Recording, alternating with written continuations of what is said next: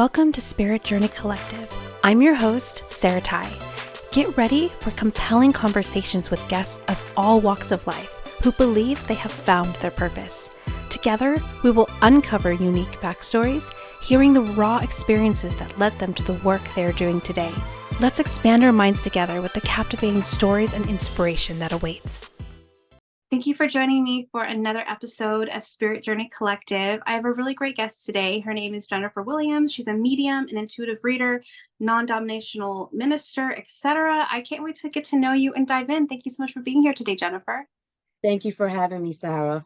Yeah, thank you for being here. So there's quite a few things that you offer and that you do. I'd love to hear more. Can you share just with our listeners a little bit more about you and what you offer? Okay, so as you said, I am an intuitive reader, non-denominational minister, medium, facilitator, teacher. Some people call me a spirit guide. And what I do is I offer various spiritual services that includes different types of readings, like intuitive mirror readings, tarot, oracle card readings. I do business readings. I offer spiritual mentorship, development. I also do root work, and that is basically I work with herbs. I also work with candles and things and do like spells and things for people for various reasons. And I also develop spiritual products. I practice Santeria, Palo Mayombe, Voodoo, and spiritualism. That's so cool. I love how open you are, how you do lots of different things. You know what I mean? It's because you don't often see minister, reverend with all the other things you listed. That's why I said sometimes it throws people off. And if people are looking for a different type of person, they're like, wait a minute, I'm not looking for Christianity or Catholicism. But no, yeah, I that's not only what I offer. That's why I said sometimes it throws people off. So I like to throw in that, yeah, I do all the other stuff too, because I believe there's more out there. I love that. So I'm a intuitive tarot reader. Like that's what I do in my work, in my business. And I don't for me personally, my beliefs are just too broad to fit into one particular religion, right? So the way I see it is whatever modality works for you is the one that you're supposed to with, because there's a reason why there's a connection there. And so most of my clients are Christian. I would say probably a good 50-60% of them, and so I try to be really open-minded too. So I just love how everything that you're doing, it's different, but they're all under the same branch when you really think about it. Right, exactly. So how did you find this work? How did you find all of these different modalities and tap into them? Well, that's a long story. My journey is very long. I'm 48, but it started when I was about 8 to 9 years old. I had my first experience with seeing spirits. So people would say, oh, your imaginary friend. My imaginary friends weren't imaginary. So I thought everybody was able to do that. And then I realized it wasn't. But that's how, my story started, was about 8 to 9 years old. I realized I can talk to them. I can see them. I can smell them. I can feel them. I can actually even taste them. Sometimes I get a taste of things. Yeah, I used to tell people things that young that I couldn't possibly know because I was young. And I would tell them things and they would look at me like, what the heck? Like, how did you know that? And I couldn't explain it, but I would just say what came to me, what I felt when I was around people. So I also learned that I could pull energy, have like the empath part of me came out. And then when I was 16, I met God rest her soul, I met a medium. She was very, very wise. And she had confirmed the gifts. Basically, she was a tarot reader too, but she could also read water and things. And she basically saw it and she said, do you know you have these gifts? And I said, oh yeah, I know about my gifts. And she told me, okay, well, you need to learn how to foster them, because you need to share it with the world. The first person I shared it with outside of telling people things was my mom, because they would go, family would go run to my mother and be like, do you talk about us in front of her? Because how would she know these things? And my mother would be like, no. And they would tell her all the things I would tell them. And then my mother came to me one time and she goes, "Hey, I'm hearing these things. Like, what's going on?" And then I told her, I said, "Hey, I can see, spirits. I know they're spirits. I know they're not alive. I know they're not imaginary. And I can see them. I can hear them. I can talk to them. They can touch me." So then she sat me down and then I learned about lineage and things passed down. My mother had gifts. There's a lot of people on both sides of my family, mother and father side, with various spiritual gifts. They just boxed it and put it away. So my mother had to teach me, like, you can't just be going around telling people what you see or what you feel or whatever, because some people may not understand how to take that. So she helped me foster that. And then the medium that I met helped me push it forward a little bit more and bring it out to, I would say, the world. I didn't bring it out to the world till I was older. So growing up as a teenager, nobody knew. Now, granted, I would tell my friends certain things and they would look at me like, "How did you know that?" But I always managed to skirt around that because I didn't know how they would perceive me in school. It's not until now, I think maybe within the last 6 to 8 years, that I connected with over 200 friends from, elementary, middle school, and high school, that then they were looking at my Facebook and they're like, "Oh, have you always known how to do that?" And they were like, and I was like, "Yeah." And they're like, "Wow, the things you used to say to us, now it makes sense." Like, we used to say, "How does she know this stuff?" So then now it made sense. Because once I became an adult, I felt that I didn't need to hide that portion of me because I hid that for a long time. So I wasn't always my authentic self. And there's definitely something to be said about that, because I feel like society has opened up way more to those sides of things, to gifts, to mediumship and tarot and intuition and all that. I feel like now is a good time to come out of the closet, but back then it Mhm, was definitely a stigma and taboo topic for sure. mhm. So how long have you been doing the work that you're doing now? Is it something that you felt called into? Have you always been more of a spiritual worker, or did you do like other things and then kind of stepped into this work? Well, I've always been like a spiritual worker, just like some people would say I was in the broom closet until I became an adult. And to be honest with you, I have been called a devil worshiper, demon, and all these things. And I just look at them and say, "God bless you. God loves you." Because I do believe in God. I believe in the angels, the saints, but I also believe in the Rishas, my ancestors, the spirits. I work with them all. So that throws people off. And sometimes when I throw a Bible verse, that throws them off too. So I've dealt with the extreme people of Christianity as well as the extreme people of Catholicism, because I am an ex-Catholic, which is why I'm a non-denominational minister. I was pushed into the church, but I've never felt comfortable there. So when I got to be 16, my mom um, kind of allowed me to say, "I don't want to do this anymore. I don't want to go to church anymore." So I stopped going to church. Besides doing the spiritual work, and I've been, gosh, like I said, 8 to 9 years old, even though there was a time where I closed it off, but it was closed off to specific people. So I've never stopped doing the work. But for over 20 years, I have, and I still do it now, doing web design, graphic design, a digital marketer. And when some of my clients find out the other part of me, they're like, "Wow," because I can separate the two. So when I would deal with certain web design clients and clients on that side, I would get to know them and know, okay, you got to keep that part of you shut off.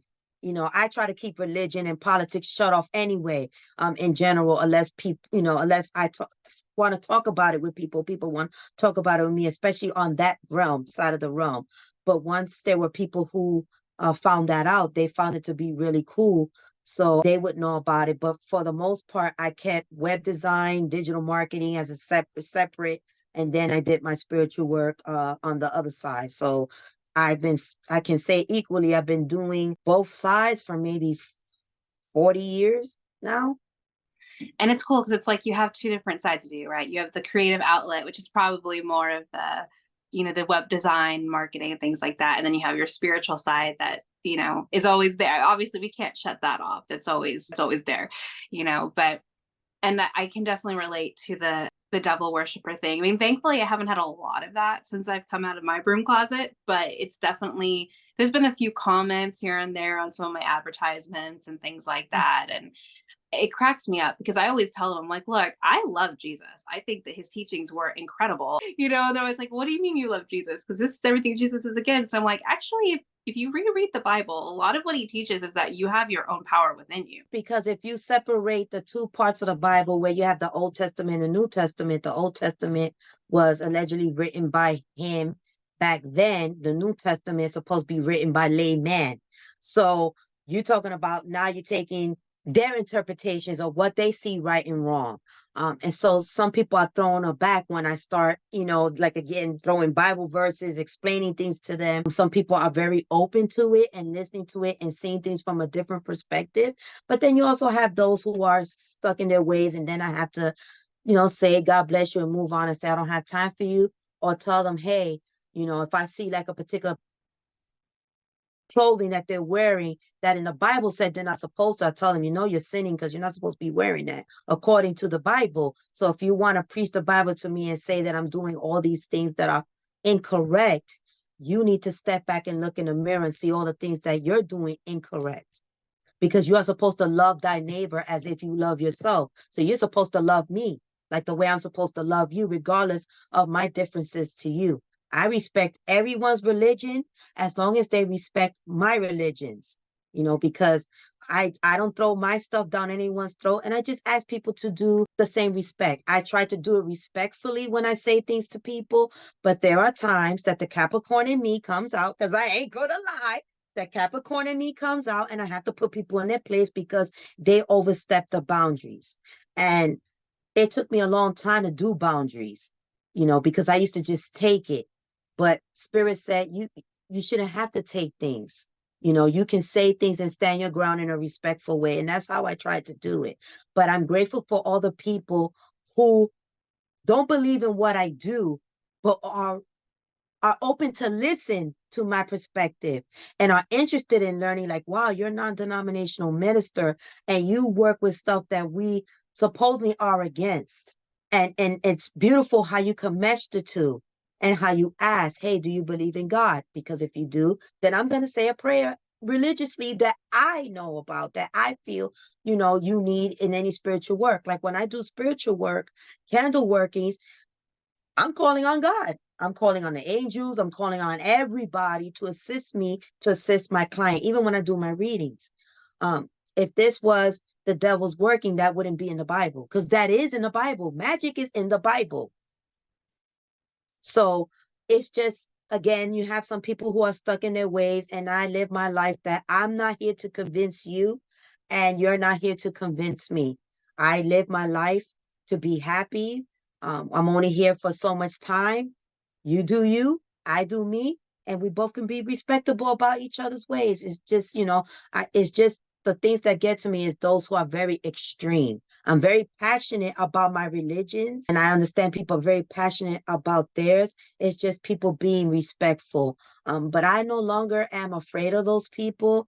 I just, say what I have to say in a nice way. Sometimes I don't even respond, because I've also had to learn that the no response is a response. You don't have to respond to everybody who disagrees with you and the path that you take in. My path is my path. Your path is yours. 100% to all of that. I agree with everything you shared. And I think one of my favorite Bible quotes, which I know I'm not going to say it right, but it's something along the lines of, the person that doesn't have sin, throw the first stone. Right. And we all have sin, according to the Bible, Mm-hmm. every one of us. And that's why, on the Christian end, that's why Jesus died on the cross for our sins, right? Because we all are sinners. So no sin technically is greater or less than the other, because it's still a sin if you look at it from the standpoint that we're supposed to be taught. So I love to, that's like my favorite quote to bring up is, you're not judging is a sin too, because even Jesus says love everyone and not judge, and have compassion. I mean, he had compassion for those that most people were like, oh, you're not supposed to have compassion for them. And he would, because compassion is where it's at. It's not in the judgment, because the judgment is usually when a lot of the times when you judge, it's your own shadow coming out. It's projecting. Exactly. Yes. It's that fear of, well, you get to do what maybe I'm secretly wishing I could do. Right. Because that's the thing that I had to learn too, is that it's not about you, it's about them. And a lot of times when people say negative things to you, is their projection, their own insecurities, and it has nothing to do with you. It's just so happened that you happen to be the punching bag for the time. Does that mean you have to be the punching bag and take it? No, but then you learn better how to respond. And again, that's if you need to respond. But yeah, a lot of it is people that need healing, because there's a lot of people that need healing, even those who are severely religious. No matter what religious background you come from, everyone to a certain extent needs to heal. And that's what they need to learn. And that's one of my biggest things is also trying to help people to heal from whatever trauma, past wounds, and things that they may have, so that they could live a more purposeful life and not walk around with that burden and that, feeling like they're angry and the world hates them type of thing.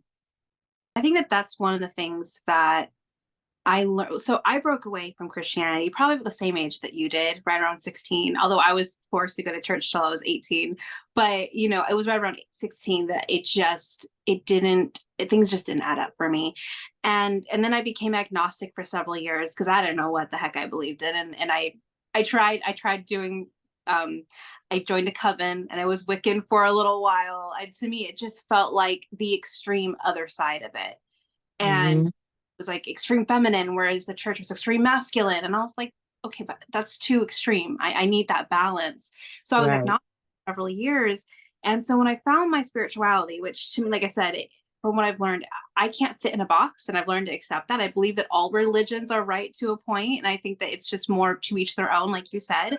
But one of the things I love about the spirituality aspect, when you look at when people say they're spiritual, they tend to be more into mediumship and tarot and intuition and yoga and meditation and things like that. Like they be in line with things like that. But you also hear things like shadow work and inner child healing and traumas and triggers, which, I feel like those are finally becoming more mainstream, but I feel like that side of it is so important. And I think that there's no reason you can't combine that with Catholicism or Christianity if that's where your beliefs are. But that healing piece, that's so important, because like you said, we're all wounded. We're all operating from our wounded child state subconsciously without even realizing it. And when we're able to heal that, then we can grow and evolve. And then a lot of times when you're doing that, you're also able to not be so judgmental, because now you're able to see things from the bigger picture and be able to love more than you judge.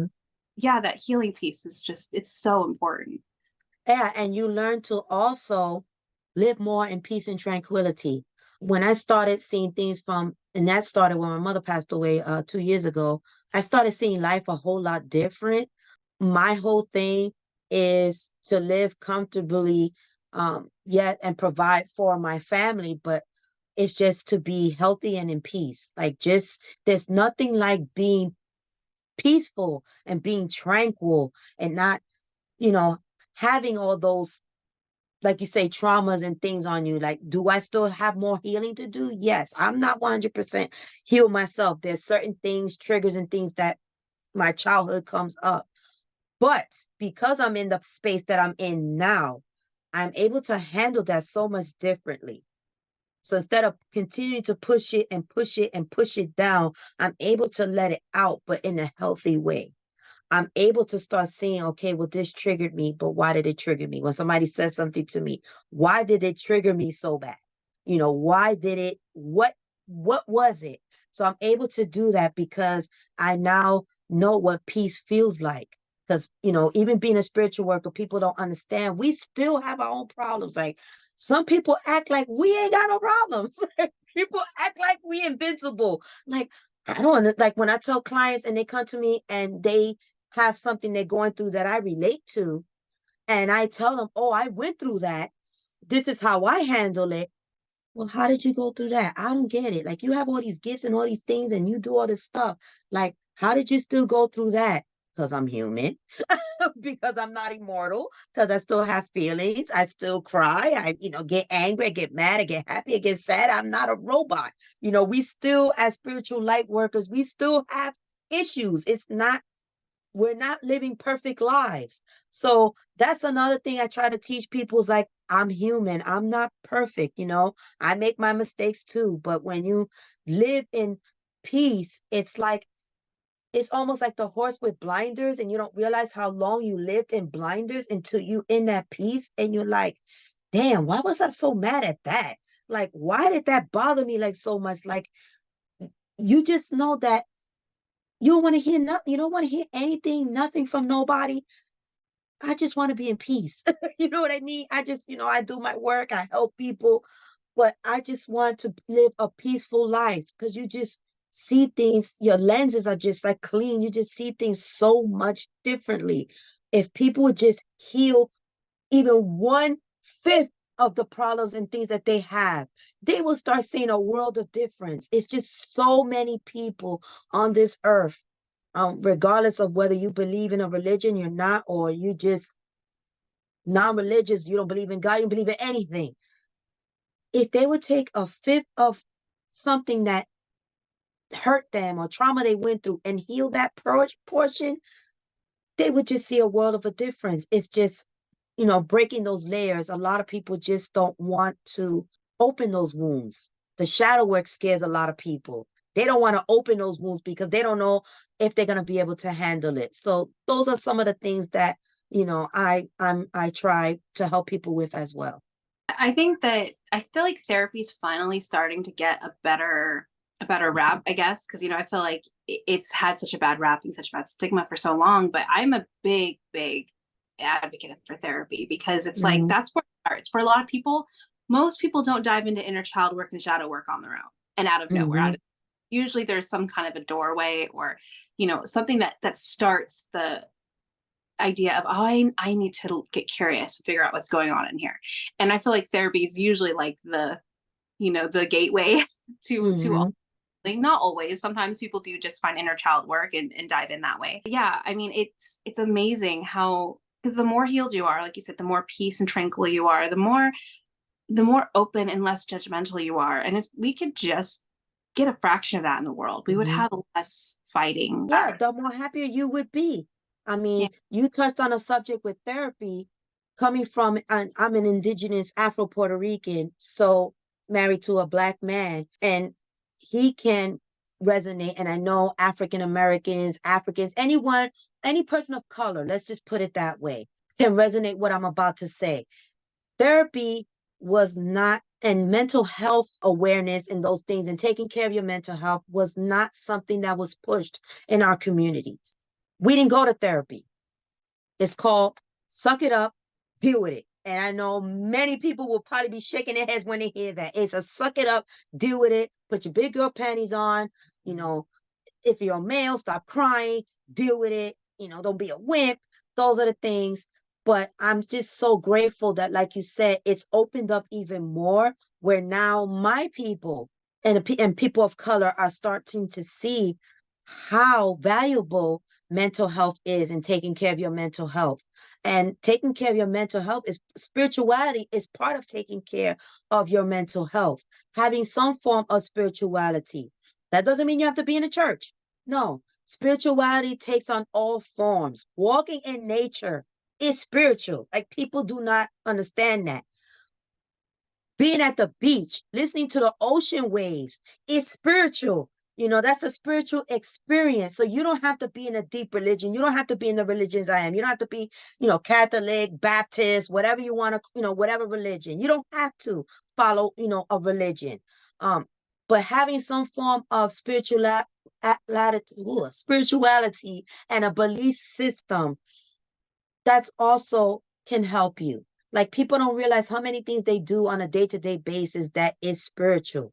And taking care of your mental health is part of self-care. That's a spiritual experience within itself. Because again, you're healing wounds. You're healing things. For those who are already into spirituality, and I have clients who I see and I'm like, okay, this is beyond my scope of expertise. I can help you spiritually, but you need to go to a mental health counselor or a therapist, someone who's licensed for that.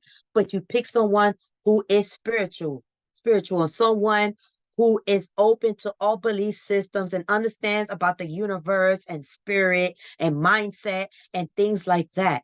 That's one of the other ways that we mess ourselves up as a spiritual community is if we do seek therapy, we seek therapy with people who don't understand us.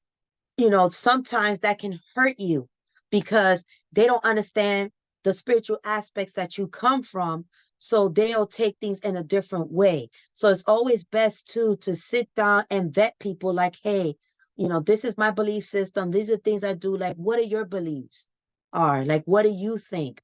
Because when you can find someone who has a similar background in your spiritual beliefs, if you need an actual therapist, and not a spiritual mentor, a spiritual counselor, whatever, because it's beyond that, that can help you even in more ways. Because some therapists have their spiritual beliefs and are also light workers that they can help you in that way too, because they understand the place that you're coming from. So you wouldn't automatically be labeled crazy. See, back in my day, I would be known as, I'm cuckoo for Cocoa Puffs. You're crazy. You need to be in a insane asylum.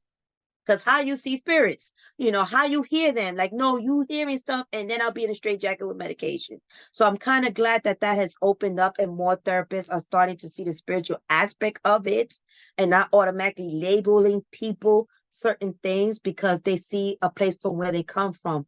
But I mean, if anything else that your listeners can listen to, it's really find somebody to help you, heal whatever it is that you need to heal so that you can live at peace. And again, the world is so much different when you do.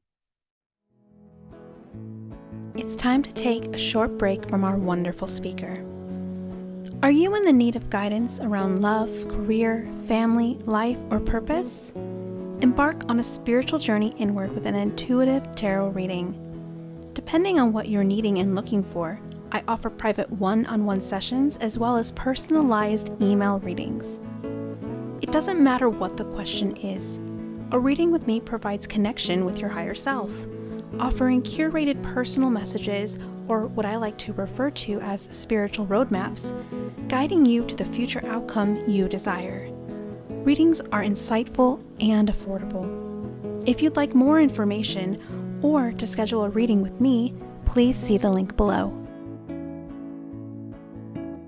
I'm so glad you mentioned that too about, finding a therapist that works with you, because I know there are several therapists, for instance, that are Christian based, right? That would not be a good candidate for someone who is more open and spiritual and has a different spiritual side of things. And so, I mean, I got really fortunate with, I saw a therapist for about 5 years, probably the most tumultuous part of my life. So grateful that I had that therapist to work with. But I remember when I would bring up my tarot cards, because I wasn't reading professionally, but at that point by any means, it was just like for myself.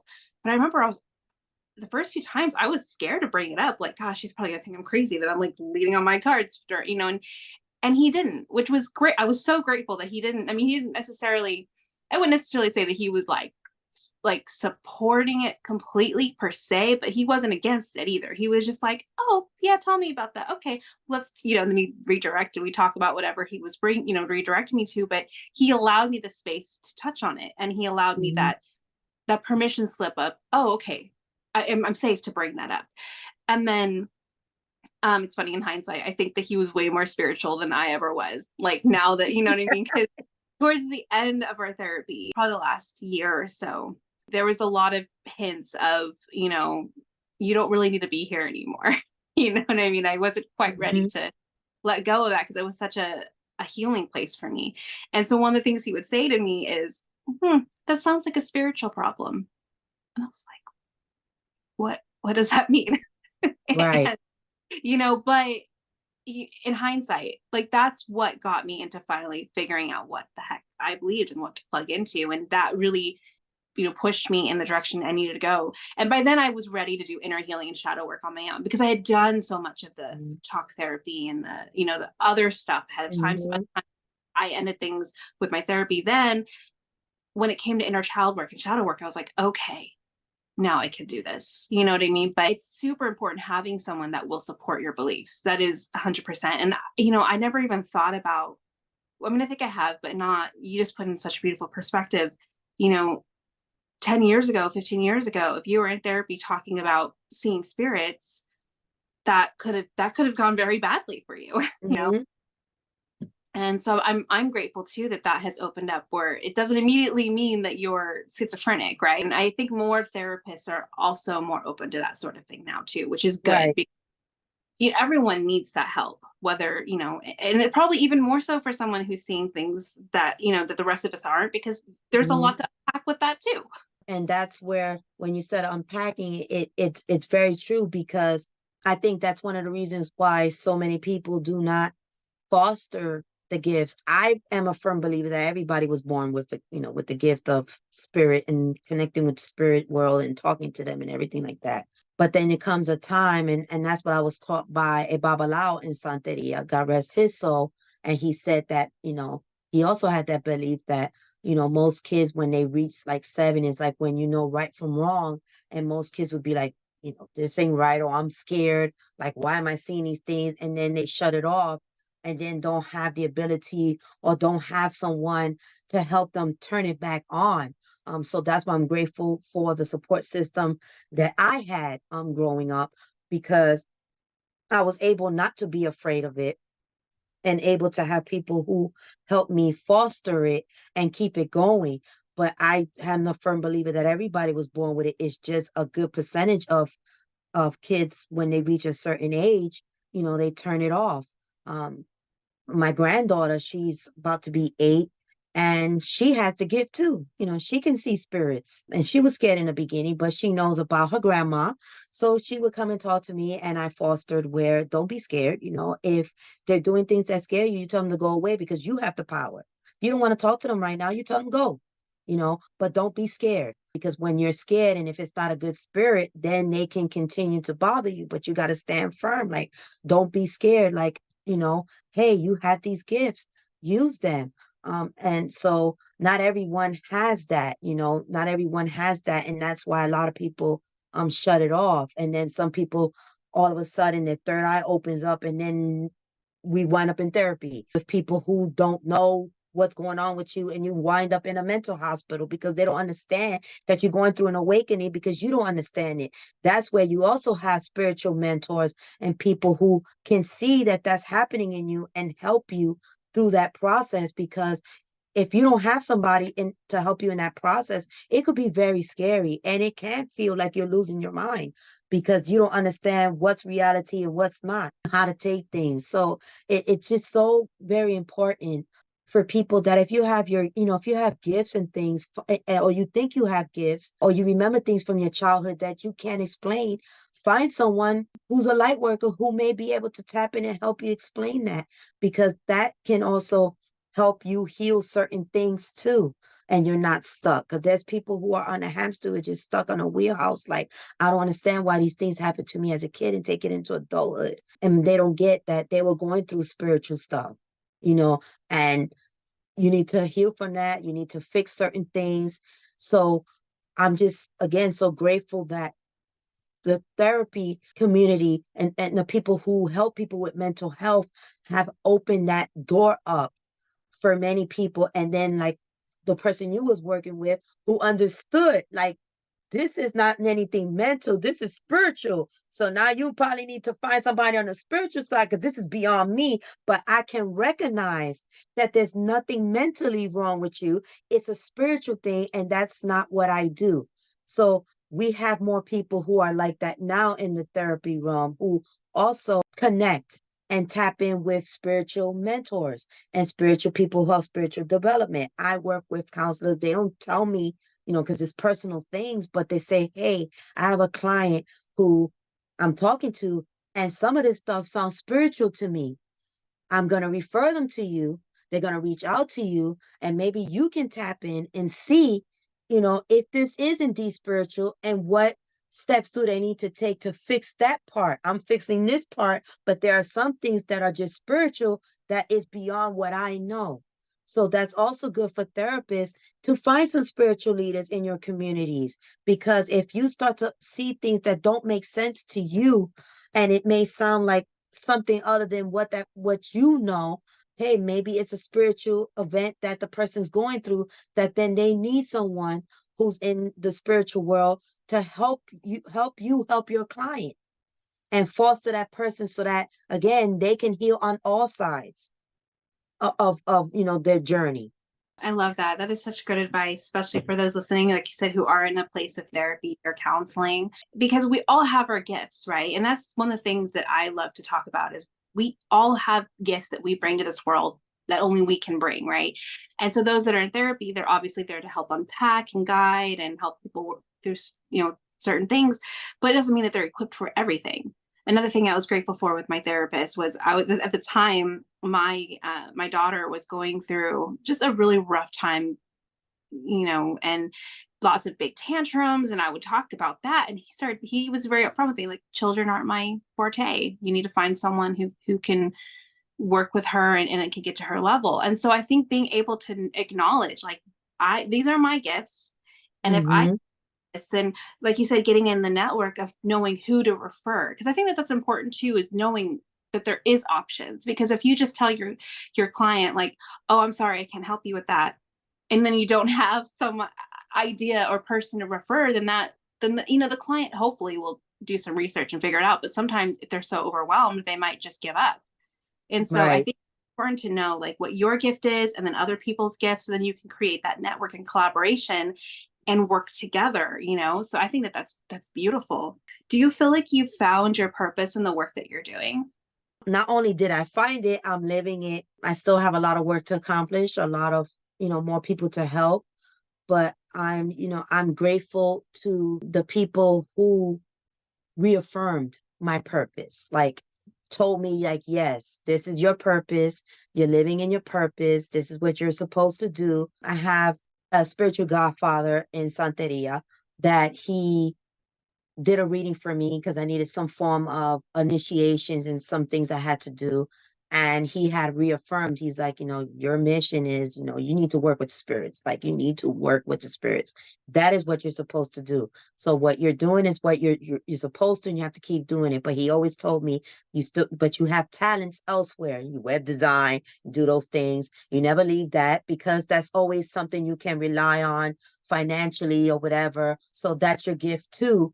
But, your main gift is, and your main purpose in life is helping people, and, through spirituality, working with the spirits, helping them in whatever issues they may have. So I'm grateful that I found it, that I'm living in it. But I know there's so many people out there who are not as fortunate as me, who, as I say, lost in the sauce because they don't know what their purpose is. And, you know, they don't understand that they're missing a big portion of their life, because that's part of my life is, when you live your life's purpose, that also makes you feel a certain type of way. You also feel fulfilled at the end of the day because you're doing what you're supposed to, versus, you know, being in a career, in a path you that may not have been what you're supposed to do, but you did it because, either for the money or because you have to, because you don't know, what you're supposed to be doing, and then you, like, unfulfilled. And that's when you have people jumping from job to job, place to place, city to city, moving, trying to find, something that makes them happy because they're not living in their purpose. So I'm grateful that, yeah, I found my purpose, and not only did I find it, I'm living it. And I love that you mentioned it's multifaceted, right? Like, I think so many Mhm. times we think it's just one thing, and it's not. It's like, you have a purpose in your design and your web design as well as you do with your spirituality, but the spirituality piece is probably more fulfilling in that deeper way, right? Mhm. Versus web design is probably more of a creative outlet that you also get to make money from. So it's kind Right. of, but yeah, purpose, I think people sometimes think it has to be this big grandiose thing, and it really isn't. It's just doing what feels good and what lights you up, Mhm. and what obviously gives back to the world at the same time. What is one struggle with, so I know, again, you kind of do multiple things, but in all the things that you do, what is one struggle that you see that you kind of see over and over again, and what's some advice you'd give for that same thing? As we discussed about the purpose, it's just so many people walking around not knowing why they're here. So that's, there's a lot of things, because since I do different things, in one aspect, it could be people trying to find their purpose, not understanding why they're, on this earthly plane, what are they supposed to be doing? Then on the other hand, it's people trying to, which is can also be finding your purpose as well, but it's finding their truth, standing in their authenticity, finding a voice and letting it be heard. It's another realm with that. That's the other way. But the one piece of advice that I give people is just finding that person that you can talk to. It doesn't have to be a therapist. It could be a spiritual mentor, a spiritual guide, however you want to call them, and finding out, like, why are you supposed to be here, or why are these things happening to you? Is find someone to talk to and not be afraid to talk, because that's another thing. You can go for help, but if you're not willing to open yourself up completely and unpack layers, nobody's going to be able to help you. Because the saying goes, you can take a horse to water, but you can't make it drink. A person can come to me for help, but if you're not willing to go deep down and unpack things, or hear certain things, or hear advice, there's not anything anybody can do for you.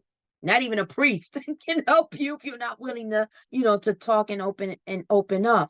But it's finding someone that you mesh with, that resonates with you, and sticking with that person.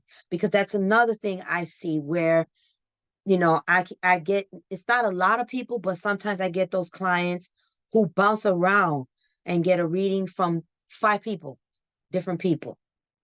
And then they don't know what to do, because you're getting 5 different answers. And the answers may not even be 5 different ones. They can be all the same answer, but we all have our way of saying things, and we may say it differently, interpret it differently, whether you hear it from spirit straight out telling you, or you throwing cards or bones, or however, whatever divination you use. Your interpretation is going to be different from mine. Like, you can throw the tarot and I can throw the tarot, and we can pull the same cards, and you will get a different interpretation or way of saying it than I would. Does that mean that you're right and I'm wrong? No. Does that mean that I'm right and you're wrong? No. It's because we all have different gifts and ways of saying it. So I tell people also, when you find somebody, stick to that person, and be with them, and listen to them. And also make sure that they also willing to listen to you, and that they're a good listener. Because in order to help somebody, you have to be a very good listener and listen and know when to speak. Some people just want a listening ear. I offer that service too, where I'll sit for an hour. We're going to talk. I ask you, hey, do you want advice from me after you say what you need to say and get off your chest what you need to get off your chest? Or you just want me to listen? I leave that up to the client. Some clients say, I just want you to listen. And while I may say something to them, it's not advice, it's acknowledging what they said. I hear you. I'm here for you. It's finding someone like that. And then again, sticking to them, and just be willing to invest in yourself. Because so many people, and I understand money's tight for a lot of people, but light worker services are just as valuable, and we need to eat too. It takes a lot of energy for me to talk to a spirit. People don't realize that sometimes I am preparing a week before your reading. I'm preparing my mind, body, and spirit for you. I'm getting messages for you a week in advance, depending on how strong your energy is. It could be a week, it could be 2 weeks, and I'm sitting down writing it down. And your appointment is not for 2 weeks away. And then when I'm sitting there pulling your energy, giving you however long length you purchased, the reading for, giving it to you. And sometimes we go past that because spirit's not done talking. And I say, okay, spirit, I'm the vessel. What do you got to say to this person? And you have to be willing to invest in yourself. That's an investment. That's a spiritual investment. Like, people want elders in my communities and communities of people of color. They look for elders like me. I'm willing to be an elder, spirit says. It's okay.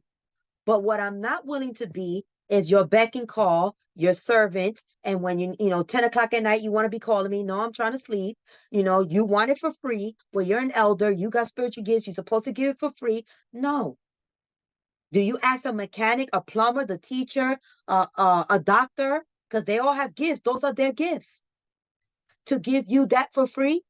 No, you don't. So why do people feel that us as light workers have to give it for free?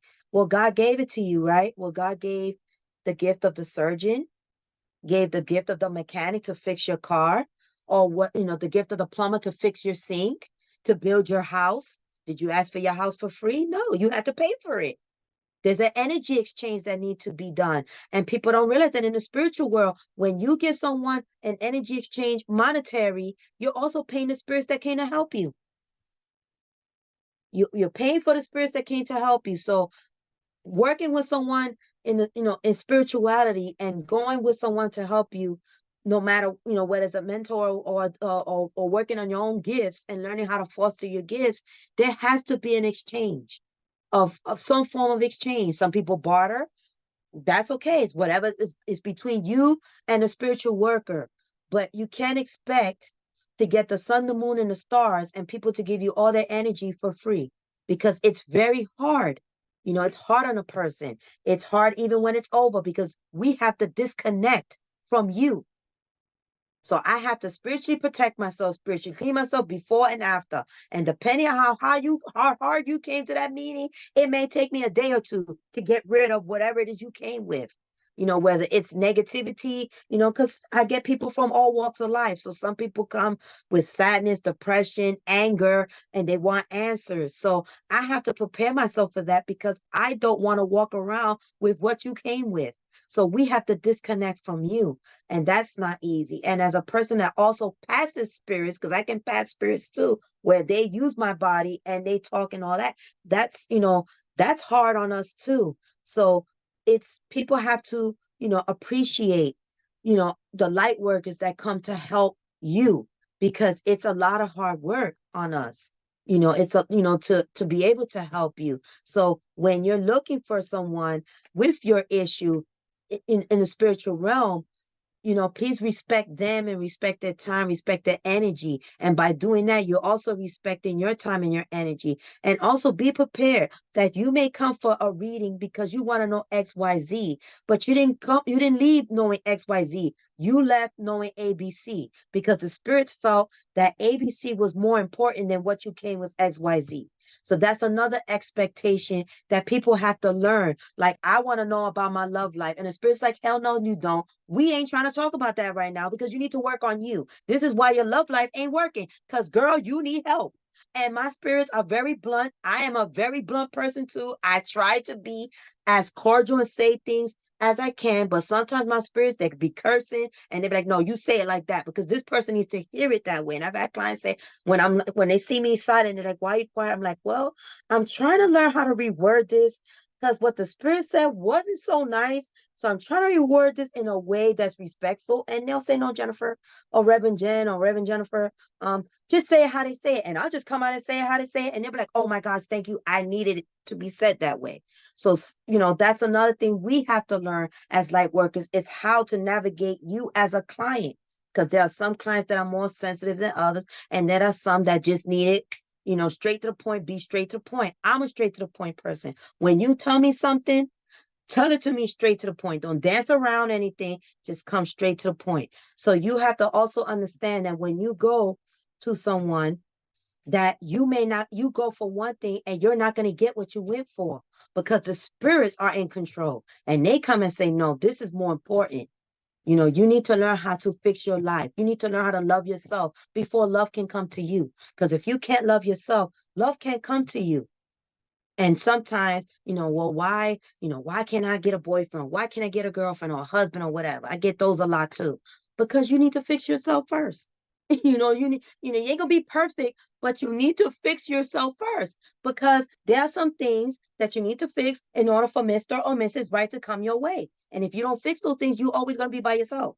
So this is why the spirits are saying, no, you need to fix these things, and then we could discuss love later. Yes, to all of that. Yes. I 100% agree. If you're wanting to find your purpose, it usually starts from a spiritual level. And, it starts from understanding that there is something bigger than you, right? And so these gifts that you got were gifted to you from some other higher power. And there's a reason you're here. So, I love that you're suggesting that they reach out to spiritual workers. And I absolutely love how you also speak to compensation, because there is still this stigma around this idea of, well, you're a light worker, or, you're gifted, you should just do it for free. And no, everything you've named is 100% correct. It's draining. I feel it the most. One-on-one clients, I think, because they're not back to back. So I'm able to kind of like, and the longest ones are like an hour. So I'm like, I feel it, but it's not like detrimental yet. But when I do events, so when someone hires me for like a bachelorette party, corporate or whatever, and I'm seeing probably a good 50 to 100 people in that time frame.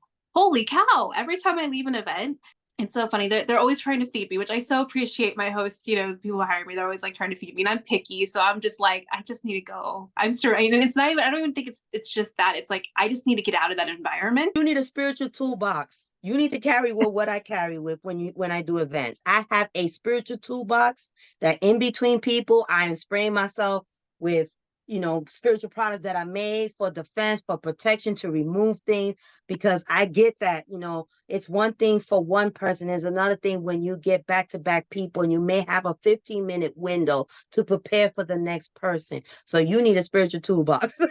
We can talk afterwards. Yes. Sometimes I don't even get 30 seconds. I mean, sometimes it's like, it's a line and I'm like, okay. And I mean, normally I'm okay, but I will say by the end of it, I'm just hanging on. I'm just trying to make sure I'm still giving decent readings while also trying to hold myself up. But as soon as I leave, I'm done for the night or the day. So funny, because until I started doing this professionally, I never really understood energy. I didn't understand that it was a thing. I didn't understand why crystals were so important. I had heard about them. It's cool.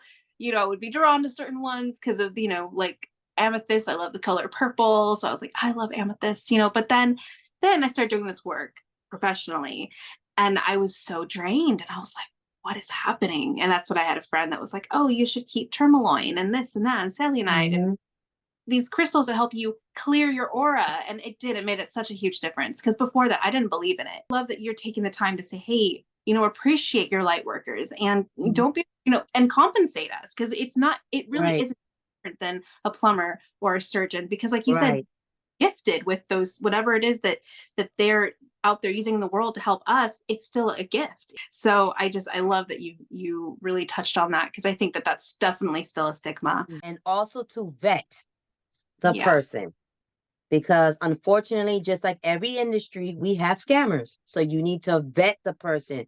If you cannot ask them questions, move on. So just like you need to vet them, you also have to allow the spiritual worker to vet you. I don't just accept anybody. Spirit can tell me, hell no. And they'll say just like that, hell no, you're not helping that person. For whatever reason it may be, I listen. Because when I don't listen, that's why I call you get the spiritual slap. I've done it. I've had it happen to me quite a number of times where I'm so into, oh, I want to help. And Spirit's telling me, hell no, don't do it. And I did it anyway. And then things come back to bite me. So now when Spirit says, hell no, it's a hell no. And I say, hey, I can't help you. Maybe, if I have referrals, hey, maybe try this. But now the person is, I wouldn't refer them to anybody, because I don't want that backlash for the spiritual worker say, well, hey, why you sent me this person? But yeah, you have to also vet them, vet your spiritual worker and allow them to vet you as well. And don't take it personal if they tell you they can't help you. I'm not for everybody. Everybody's not for me. And it's the same thing with all spiritual workers. Like, they may not be for you and you may not be for them. So you just have to, take the time to vet the person and just make sure that they're the right ones for you and they can indeed help you. That's an important factor as well on both ends, for sure, because I've experienced that as well. Like there are certain questions that I don't touch, and I'm like, either we can redirect or refocus, or maybe I'm just not the advisor for you. That just hasn't come up yet. I haven't come up with like, oh, you can't work with this person. But I have done some readings with someone that I'm just like, I cringe every time they schedule with me, and I'm like, like, oh no. Thankfully, that particular client, I think they realized, I don't know if they just got the help they needed finally or what. I haven't heard from them, thankfully. But that happens very rarely. Most of the time, I think it depends for me on like what their intentions are. If they're there for low vibrational, superficial questions, that's not helping them or whoever else they're asking about. It's not helping anybody. it's like, this is a waste of my gift. This is a waste of Right. your time. I know you want to know whether or not he loves you and is looking at your Instagram stories, but that's not what my gift is. Yeah, I understand that one fully. Yeah. Yep. So from here, I'd love to shift to what I like to call synchronicity story time. I love stories of synchronicity. I think they're not only like fun, but also for me, it's a big reminder that we're not alone, right? And I know that Mhm. a lot of things that you've shared, I mean, just talking to spirit alone is like a synchronistic thing on its own too. But do you happen to have any stories up your sleeve where things just fell together in an uncanny way that you just were like, thank you, spirit, thank you, universe. Like there's no other way it could have been anything else. When I was, I'm going to say between the age of 10 and 12, one morning I was, getting ready for school. So I was in the bathroom, and you know how we're rinsing our mouth out, how many years ago was that? You have your mirror, the medicine cabinet mirror type of thing. So that's what we had. And I went to go brush my teeth, get myself ready for school. And I went to rinse. So I dipped my head down because I'm rinsing my mouth out. And when I lifted my head up and I'm looking in the mirror, there was a little boy directly behind me. He was about my height at the time, smiling, just the biggest grin on the planet. He probably was about my age. The thing that was weird about him was that he looked like me, but in boy form. He didn't say anything to me. He just smiled. I didn't feel scared. I felt at peace. I smiled back at him. I looked at him for a couple of minutes. We just stood there staring at each other. And then I said, okay, I got to get ready, ready for school, finish getting ready for school. You're not saying anything. So when I was brushing my teeth and everything and went back and to rinse my mouth and I looked up again, he was gone. Fast forward, oh gosh, fast forward decades later, come to find out that that little boy is my youngest son, who's now 16, who is the splitting image of me at about when he was younger. He looked more like my twin. I would walk with him and people would tell me all the time, oh my God, you cannot deny him. You spit him out because he looks exactly like you. Now that he's a little bit older, he's a mesh between his father, my hubby, and myself. But when he was younger, I mean, we basically were twins. And I didn't realize that. I actually forgot about that incident that happened to me until it was about, I'm gonna say maybe right after my mother passed away in 2022. So look how many decades later that was. And I was sitting in my living room watching TV, and the spirits just showed me that scene. I mean, I literally was in my old bathroom as a kid growing up in the scene, and I said something else, but I'm gonna say, oh my gosh, but I said it in another way. And I said, I totally forgot about that. And then so I'm like, okay, why are you showing me this? Why are you showing me this? And it didn't hit me until all of a sudden they showed I saw the little boy and I saw, and I'm like, it still didn't put it together. Then all of a sudden they showed my son. And then they put him side by side to the little boy in the mirror. And I said, you mean to tell me that little boy I saw that looked like me it's Isaiah? And then I felt the warmth. I mean, I just felt this radiate. I mean, it was just radiating from me from my head all the way to my toenails, just warm. All my hair stood up, and I said, "Oh my God!" Like, y'all didn't show me my youngest kid, like when I was a kid. I don't understand why that's a part I'm still trying to figure out. And maybe it's not for me to figure out because sometimes they show you things and it's not for you to figure out why. But that's the part that I don't know why they showed me that he came to me when he was younger and then they showed it to me again. Maybe it's not for me to know now, but that was probably one of the biggest things that I have gotten from spirit. But there's a bunch of other stories. I mean, I got saved from a bombing in 1994 in New York, and that was my grandfather. I was in college, was going home in Brooklyn. I was in Fulton Street. You can look it up. It's a true story. 1994 New York bombing, Fulton Street. It is still on the internet, the newspaper articles. And at this point I lived in because I was born and raised in the Bronx. I lived in Yonkers. My parents had moved out of the city. We lived in the suburbs, Westchester County, for those who are familiar with New York. And I was walking, and anybody who knows the subways up there, the subways come, every 5 minutes. It doesn't really take long for the next subway to come unless something happens.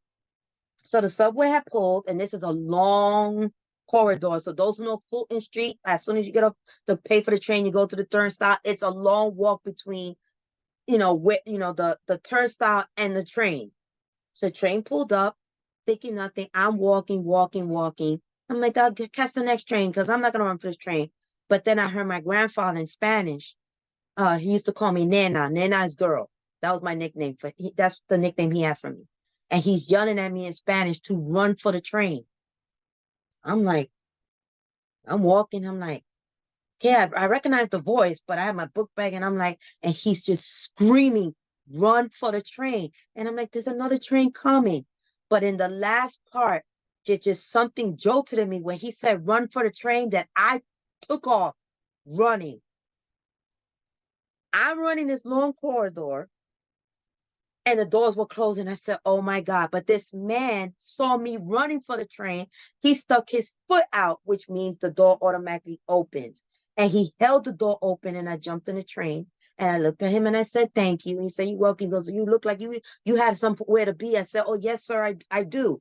Because I didn't want to tell him that my grandfather's, speaking from the spirit realm, telling me to get on this damn train. I didn't know why. I just did it. So I walked to the conductor's car, which is normally where I sat because that's where I felt safe. And he had his door open. He greeted me. I said, hello. And I sat there in front of him. And then the train took off, and we going under the tunnel on our merry way. When within maybe about no more than 5 minutes, there was a broadcast on his walkie-talkie saying that the train we were on was going express, because the train, you have express trains, you have local trains stop at every stop, express trains stop at every so many stops. That the train, they were switching our train to express train. And he's like, he's talking copy, why, what's going on. And then they talk about that the train that came in the station behind him, that one of the cars exploded. And they're bypassing the trains. They got to get us out of the station because we were underground. So we're going express. So I said literally out loud, because I'm hearing this, and I said, oh my God. So he turns to me and goes, oh, I'm so sorry that you had to hear this. I said, no, you don't understand, sir. You don't understand. He goes, what's the matter? I said, I was supposed to be on that train. He goes, what do you mean? So I felt comfortable to tell him, this is what happened to me. And I'm like, I was supposed to be on that train in that very car because, I was going to let your train go because there's always trains coming. And I heard my grandfather scream at me to run for the train. And I ran like my life depended on it. And my life did depend on it because many people got hurt on that car. And from that day forward, I said, I thanked everybody. My mom was going crazy because it was on the news. She knew I was on the train. My grandmother, everybody was like, oh my God. And there was no cell phones like we have now. She didn't know if I was okay, what was going on. He looked at me. He goes, oh my God. He goes, oh my God, thank God. He's thanking God. He was praying. He said that was divine because he knew I was young. I was about 18. He goes, that was divine intervention. Your life just got spared. It wasn't your time to go. Just know this was not your time. And I was just in awe. Like I could not believe it that, my grandfather in that instance said, get ass on that train. Because he knew what was coming, and I was spared because there was people who were burnt, 50%, about 80%, and the guy had a pipe bomb and he let it explode on the train. So there's just quite a number of instances where I was spared from my deathbed. It was and that was the intervention of the spirits, which is why I'm so passionate about the work that I do and working with the spirits, the Orishas and the angels and everybody, because I have had throughout my life, through my ups and downs, I have had those angels who have saved me many of times when I could have been hurt or not even be here anymore. And I'm grateful because of all those instances that happened to me. And I listened, they saved me. And I was able to be here for 48 years. have my 4 children, have 3 grandchildren, and live life, and grateful for the gift of having that to hear it. But yeah, that was almost one of the biggest ones. I mean, I say almost because I had quite a few instances where, death was knocking at my door. So, you know, you say when spirit works, when spirit works. I mean, when it's not your time, it's not your time. And when it is. But, you know, they will go to bat for you when they see that you go to bat for them. They will intervene and help you. And I had a closeness to my grandpa even when he was alive. But I felt even more close to him in death because, you know, he saved my life.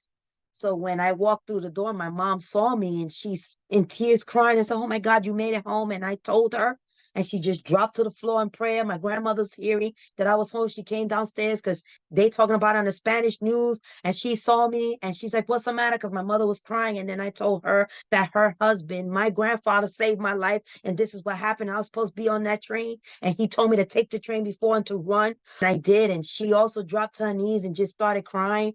But I wouldn't say that was like, how some people have they go through the near death experience and they see heaven and all these things. Mine was in a different way. But it just so many times that I can just talk about how, the spirits have gotten me out of situations, have helped uplift me in so many ways, even when I felt like I didn't want to do it anymore. Not in terms of suicide or anything like that, but I just was like, okay, just too much. This is too much. I need a break. And how they would come and comfort me and help me, and make me see things in a different way, because we all have our limits sometimes. We're all human, where sometimes we're like, okay, enough is enough with this and that. But, that was, again, one of, my biggest, things, was, just not being on that train because I could still be alive, but I could have been severely hurt. And, I just, forever grateful to those instances because it did teach me things, even when bad things happen, when bad things have happened to me, it taught me a lesson. So then I Yeah. have to say, was it truly bad? Because it taught me something. But yeah, that was pretty scary. It shook me up for a very long time. For a very long time, even after they fixed everything there, I could not go in that subway station. So much so that I wound up dropping out of that college because that's why I was in Brooklyn. I was going to a community college there. I wound up leaving it because it was too much for me with Yeah. all that happened. And it took me a while to unpack all of that. And you know how sometimes they call survivor guilt and those things, and I didn't know that's what that was back then. But I realized that as time went on and then people started talking about that's why you feel certain things. It made me understand why I couldn't go to that subway because that was a trauma. That's well, both of those stories were incredible, but that last one, I mean, yeah, you were supposed to be on it. Definitely supposed to be on it. And that's just amazing. So yeah, thank you for sharing both of those stories. Thank you for, because it's just that proof that we're not alone. We're not, just because you can't hear spirit doesn't mean it's not there trying to guide you in other ways, right? Yes. So I love that. And yeah, so this has been such a wonderful conversation. Just, I love it. And I mean, we have so much in common too. Thank you for having me. So if our readers, sorry, I looked at the word reader. If my listeners want to work with you in any of the things that you offer, how can they find you? You can find me on Facebook under my name, Jennifer Williams. Also, you can find me on my website, which is Spiritually You, and that's the letter U, not spelled out U. It's the letter U.com. I'm on Instagram as the real Spiritually You. I'm on TikTok as Spiritually You. I'm trying to be more on social media. I tend to lax on social media, but I'm trying to be more on it and more consistent. But you can find me on my website, spirituallyu.com. And don't be alarmed when you see a Black man there too, because that's my husband. We actually work together. So he has his own gifts. So even if you don't want to work with me and he resonates with you because he has his different gifts that he does, you can book with him through there. But yes, that's how you can find us. I will definitely be putting that in the show notes. So if you're listening and you want to work with Jennifer or her husband, you know where to find the link below. And yeah, this has just been such a wonderful conversation. Thank you for joining me today. Thank you for having me. Thank you for joining me on another inspiring episode. Remember, your purpose is a unique and unfolding path. I hope these conversations have ignited a spark within you. Until next time, keep exploring, growing, and embracing the beautiful adventure of connecting with your purpose. Stay tuned for more meaningful conversations. If you enjoyed the episode today, don't forget to like, share, and subscribe. And thank you for joining me on this journey.